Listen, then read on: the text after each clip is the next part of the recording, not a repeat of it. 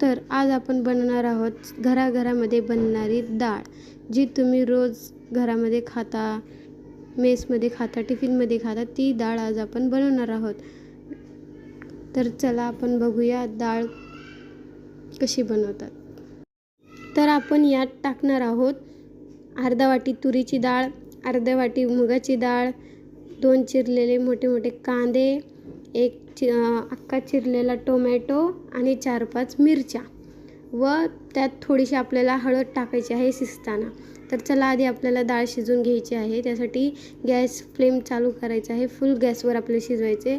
त्यावर कुकर ठेवून आपल्याला त्यात थोडंसं दीड तांबे पाणी टाकायचे आहे। तरी ते मी 1.5 तांबे पाणी टाकलेले आहे। तर आपण यात आधी टाकूया तुरीची डाळ, अर्धा वाटी तुरीची डाळ मी धुवून घेतलेली आहे, दोन्ही डाळी। आता यानंतर मुगाची डाळ,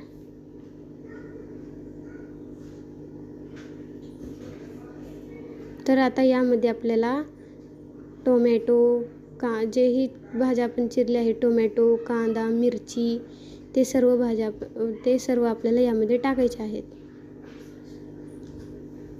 आता यामध्ये आपल्याला थोडीशी हळद टाकायची आहे, मी इथे अर्धा चमचा हळद टाकत आहे। आता याला आपण थोडंसं 1 पळी तेल टाकायचे आहे वरून। तर हे सर्व मिक्स झालेले आहे। याला गॅसचा फ्लेम हाय करून आपण थोडं हलवून घेऊया व हिला झाकण लावून 3 शिट्ट्या करून घेऊया। आता ही डाळ शिजलेली आहे, तर बघूया आपण। बघा, ही डाळ सर्व कांदा व टोमॅटो मऊ झालेले। आता आपल्याला भाजी करायला घ्यायची आहे। तर गॅसवर मी एक मोठं पातेलं ठेवलं आहे, त्यात आपल्याला टाकायचं आहे। तर आपल्याला डाळीला पहिले थोडंसं स्मॅशरनी गरगटून घ्यायचे आहे। ते झाल्यानंतर आता पातेलं गरम झालं आहे, आता आपल्याला यात तेल टाकायचं आहे। मी इथे 2 ते 3 चम्मच तेल टाकत आहे।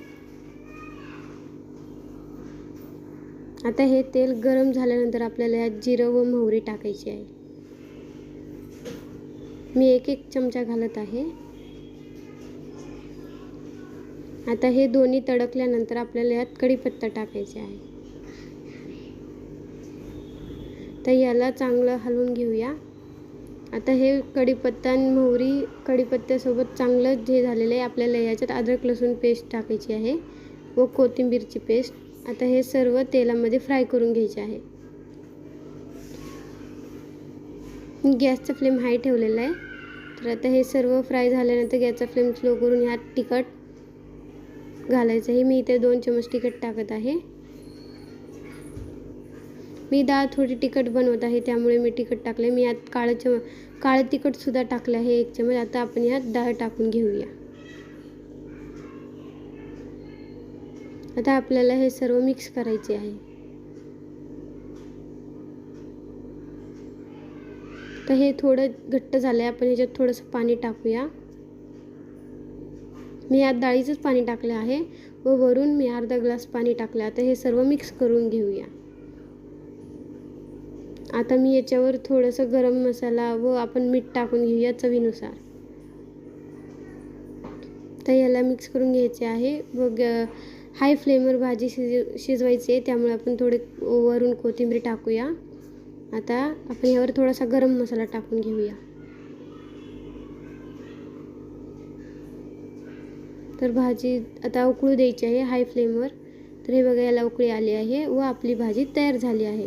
तर तुम्हीही अशी बनवू शकता 5 मिनिटात तयार होणारी डाळ, जी सर्व घरामध्ये खाल्ली जाते। जर तुम्हालाही माझा हा व्हिडिओ आवडला असेल तर लाईक करा, कमेंट करा व शेअर करा।